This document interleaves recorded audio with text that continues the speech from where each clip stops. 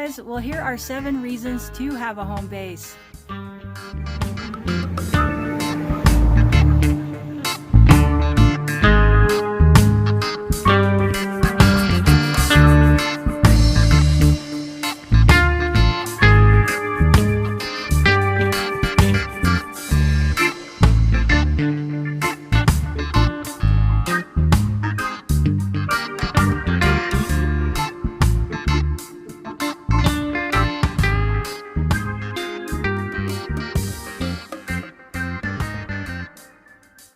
Hi guys, well I'm back again with another 7 reasons video, and in case you're new to the channel, the reason why I do 7 reasons instead of 10 is because 10 can take way too long and 7 is long enough.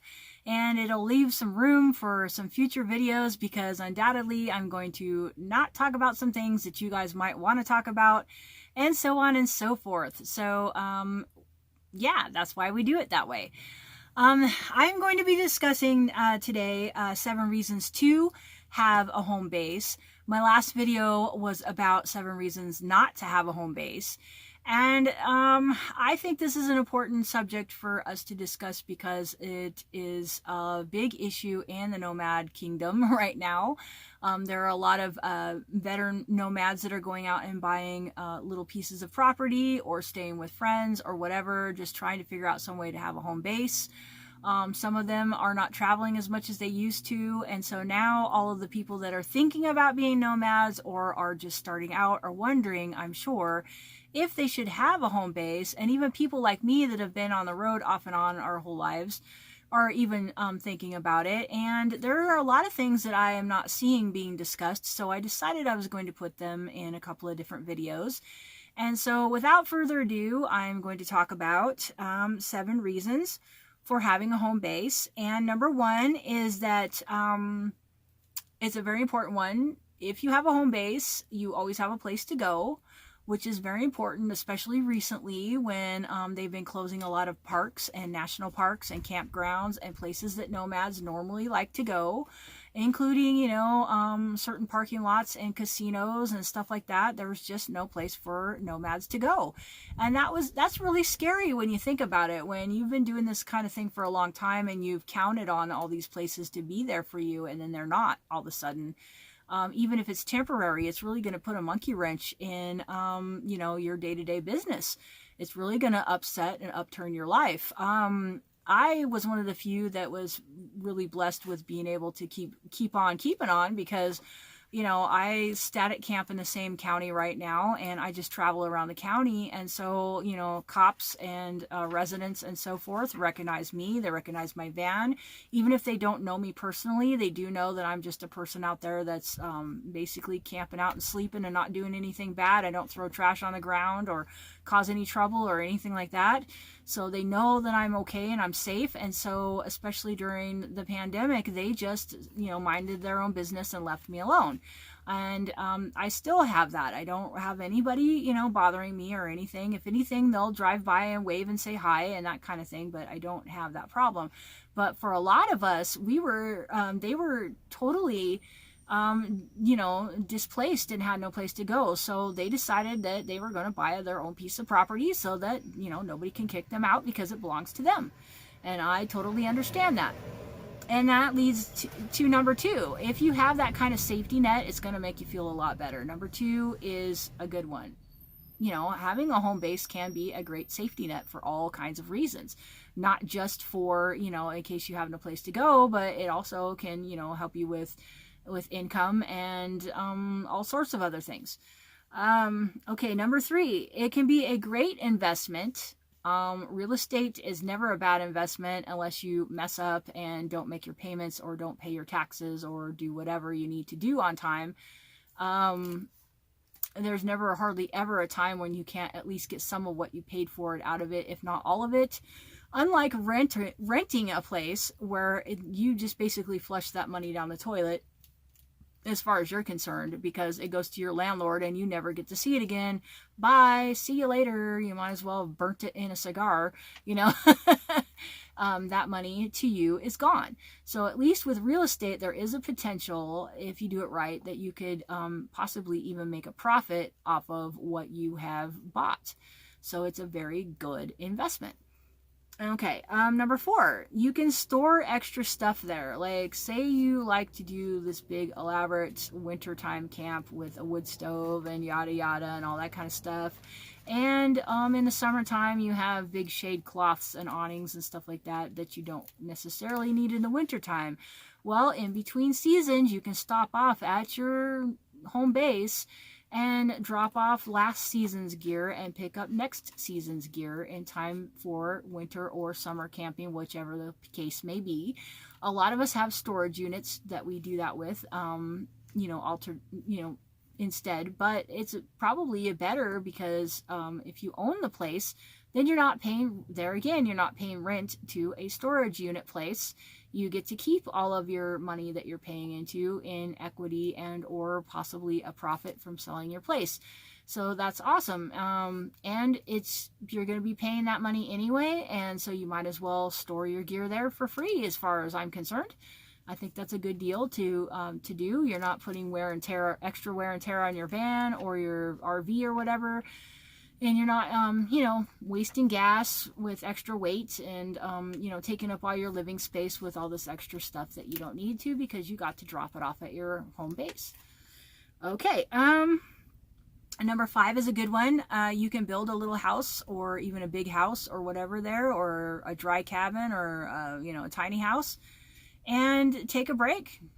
Decide, hey, I'm going to take 6 months off from being a nomad, or a year or 2 years off from being a nomad, and you basically have a place to do that. You can basically take a break from being a nomad and then go back on the road when you're ready.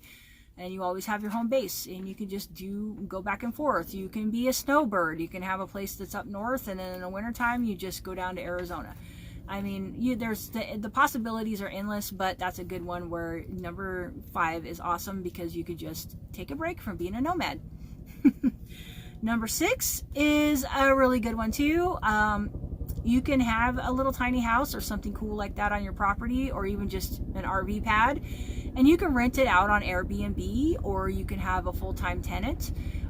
Whatever the case may be, you end up with some extra income, or at least something that's going to help you make the payments on your property, unless you paid for it in cash or something like that and you don't need it. Nice helicopter, great big one. They always interrupt my videos. So anyway, can't get away from it. Doesn't matter where I park. But anyway, yeah, you can use your property for extra income, and that's what I would do. If I owned something, I would figure out a way to at least rent it sometimes to make a little extra money to supplement my lifestyle.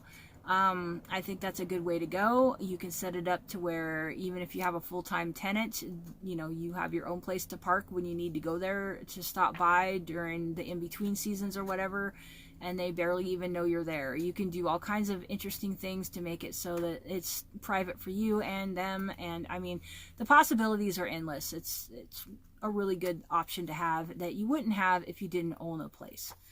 Okay, and number 7 is the flip side of number 7 from the last video. Having all these options and having this kind of security alleviates a lot of stress in a lot of people.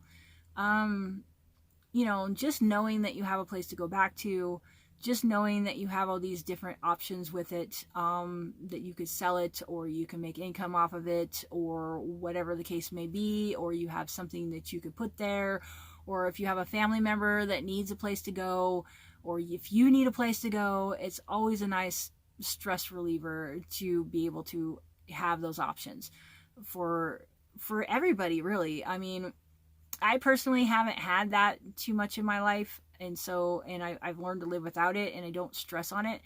But if I did have that kind of an option, I could see where that would be beneficial to me. So it is definitely the flip side of number 7 from the last video, which, where I stated that having a home base can cause a lot of extra stress because you're worried about it all the time. Well, maybe some people kind of overlook that kind of stress because they have the security of all the other good stuff that comes with it. So I think that's a pretty good thing to acknowledge and to discuss, that having that kind of security and safety net is a good stress reliever. Okay, so to sum it up, number one, having a home base ensures that you always have a place to go, which is self-explanatory. It's a very good thing to do. Have a place to go. Number two, it can help you feel, more safe and secure because you have these safety nets in these uncertain times. Anything you can do to basically save yourself some extra stress and trouble in times like these especially is a good thing to have. So if a home base does that for you, then number two is a good reason to have one. Number three, it can be a great investment. It never hurts to have, some of your assets, wrapped up in real estate. Real estate's always going to be a good investment unless you mess up, which is pretty hard to do. I mean, you have to be pretty dang lazy or something, weird has to happen to where it's not going to be a good investment for you. You can store extra stuff, extra gear, what have you there if you need to in between seasons or for whatever reason.